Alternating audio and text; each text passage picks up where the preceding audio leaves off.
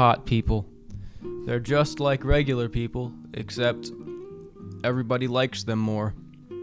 I know when I see a hot person, I just want to suck them and f*** them. Obviously, this only applies if they're over the age of 18. That goes without saying, and they have to be awake, like not sleeping, because I wouldn't do that. And also they have to be a woman, because I'm not gay, not even a little bit, unless you give me $50. But anyways, therein lies the reason why people like hot people more, because everybody wants to pork them. Because if you think about it, what really makes a hot person hot? Is it just an arbitrary societal thing that we randomly apply to people based on the conditions of our culture? Well, not really, because the idea that looks are subjective has been scientifically disproven. And you could just observe by looking across the world, there are universal things that make people attractive. Things like a good shoulder to hip ratio in men and a good hip to waist ratio in women. And just general things like the symmetry of your face, the harmony of your face, which they've boiled down to certain ratios, right? These things are true across all cultures because they're rooted in biology. Being hot is indicative of good genetics. That's kind of like what it means. And you want to mix with those genetics because you want to pass them off to your offspring, because you want your kids to be hot. And then everybody will like your hot kids, and you'll have hot grandkids, and it'll just be one big hot happy family that everybody wants to fuck. And because everybody wants to pork hot people, we ascribe positive character traits to them. This is a manifestation of what's called the halo effect, which is a well-observed psychological phenomenon. Attractive people are seen as smarter, nicer, more charismatic, and virtuous. This is why in traditional stories, protagonists are good-looking fellers, and villains are always some malformed, twisted-looking person. And of course, you can find examples of good-looking villains in modern times, but when this happens, people don't even dislike the villain, they just thirst over them. And that's fine if that's what is intended by the writer, but generally speaking, protagonists are hot because we look at them and automatically assume they're the good guys. And villains are weird-looking, so we look at them and go, oh, well, just look at them, they're definitely up to some devious behavior. That's just how the human brain works, my baby. Do you judge people? Because if you say you don't, you're a liar. A series of experiments at Princeton found that it takes just 1/10 of a second for you to automatically judge someone by their appearance. And this happens subconsciously, automatically. Are you interested in making a good first impression? Do you want the hoes to like you? If you answered yes to either of those questions, then you probably need some serums and ointments to rub into your skin. And that's what Tiege Hanley offers. Tiege Hanley tries to keep it simple. All you have to do is wash, scrub, then moisturize. It's all outlined on the nifty little chart they send you when you get the box, so your dumbass will understand.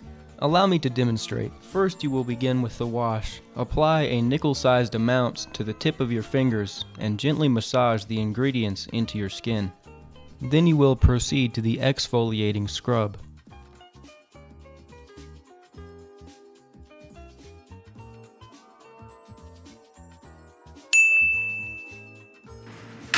Finally, you will apply the daily morning moisturizer, which includes octinoxate as an active ingredient for sun protection. Those are the main three, but Tiege Hanley also offers other products, like an eye cream and even super serum. And let me tell you, they must have put nut in it or something, because woo child, that shit works. Tiege Hanley offers quality skincare at an affordable price. Click the link in the description or the top comment to get 30% off on your first box and a free goodie. Have a blessed day. But are these judgments completely unfounded? Because the prevailing cultural narrative is that looks are just skin deep, and it's what's on the inside that counts. But what if you could accurately predict someone's behavior by looking at their physical appearance? What if your outward appearance is more of a reflection of what's going on inside, and they're not two completely separate things? This is what's called physiognomy. No, it's not physiognomy. And even if it is, I don't want to say it, so I'm changing it. Physiognomy is the art of judging someone's character by their physical appearance. and it is regarded by the mainstream scientific community as a pseudoscience, but there are still many people who believe it to be true. I see it used a lot in internet discourse, so I wanted to take a look at it. And I don't feel super strongly about this topic, but I'm inclined to believe that it's real. Look up pedophile on Google Images.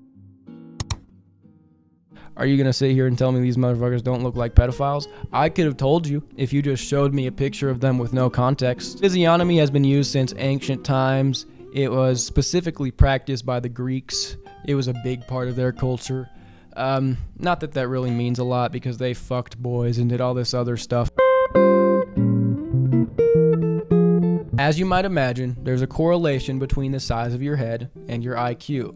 It sort of just makes sense. Bigger head, big brain. I'll try to put the studies up on the screen while I'm talking about them, but when it comes to these sort of things, we're measuring correlations, and none of these correlations are super strong, like a 1-to-1 or even above a 0.5. They're around 0.3, 0.2. So they're not like a rule. They're more of just indicators that when paired together, you can use to make a judgment. When it comes to your body type, there's a correlation between being skinny and being neurotic. You know, if you think about it, their heart's beating faster, that's burning fats. There's anorexia, which is a neurosis. And on the other hand, if someone's fat, is an indicator they have lower impulse control. Because let's say they have the impulse to eat some bread, and they can't control it. A strong jawline, hollow cheekbones, having a wide skull, facial hair, straight eyebrows, and a pronounced ridge. These are all signs of being aggressive and risk-taking, and this is true because they're indicators of having higher testosterone. Then on the other side of that, there's smoother skin, a smaller chin, arched eyebrows, and plump lips, which are a sign of estrogen, which means this person's going to be less aggressive, more emotional, and you can observe this in both men and women. There's this weird correlation between pupil size and intelligence, which I couldn't really think of a reason for that. And generally speaking, attractive people are also more intelligent. There's a kind of a good correlation there, which is unfortunate because that's a cope that you use. You look at a hot person and go, oh, they're dumb. You know, all they have is their looks. But it turns out they're just like 100% better than you on like a fundamental level. But it's all good though because everybody's gonna die one day, even hot people. And in the heavenly kingdom of God, these things won't matter. Where there's this thing where if your ring finger is longer than your pointer finger, that shows having higher testosterone. Also, if your second toe is longer than your big toe. And also there's peer-reviewed studies to suggest that girls with dyed hair are evil bitches. And while they do give ridiculous head, every time it happens, they're actually sucking little pieces of your soul out of your body because they're spawned of Satan. I see physiognomy being used in political discourse, specifically by the right, citing sources that say people who are conservative and religious are more attractive, more intelligent, taller. I don't really see the same thing being said by the left that often, but the thing is these correlations aren't that strong, and that's because the left is the cultural zeitgeist at the moment. It's the prevailing narrative, and attractive, intelligent people are also correlated with being more conformist. That's why at this point in time, there actually are quite a bit of good-looking feminists because that's just the cultural norm now. And attractive and intelligent people are shown to conform. But anyways, as you know, when it comes to politics, I actually 100% agree with you. I've also seen physiognomy talked about in relation to self-improvement, as in positive changes in your life can lead to positive changes in your physique, in your body, and possibly even your face. It's pretty easy to find evidence saying that eating healthy and working out makes you more attractive. And it's pretty easy to tell people who have bad habits and bad addictions look worse. An extreme example is people who smoke crack look all fucked up, people who take hard drugs, but also, you know, being on the internet too much. I know you've probably seen that image of this is what a gamer will look like in 15 years or something.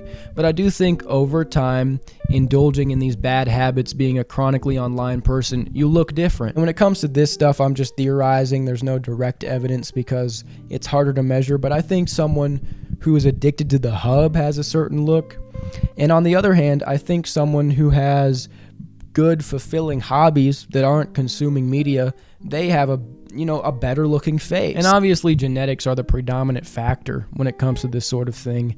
I don't want to make it too blue-pilled, but I wanted to end this with a positive message of self-improvement, because I do think being on self-improvement, working out, eating right, kicking bad habits, replacing them with good ones, following a good schedule, these lead to changes in the way you look. Stuff like working out and eating healthy, the impacts of that are more obvious. You get a leaner face while working out, your skin will clear up, you'll get a better body. But I think generally having better habits, it leads to subtle yet impactful changes in your facial harmony. Things like tighter, more youthful, brighter eyes. I would say generally a more tighter, more structured looking face, glowing skin. Making these changes in your life, I do think there are subtle changes in your facial harmony that can make a big difference in your overall look. But yeah, in conclusion, if she changes her hair with dye, run away and fly.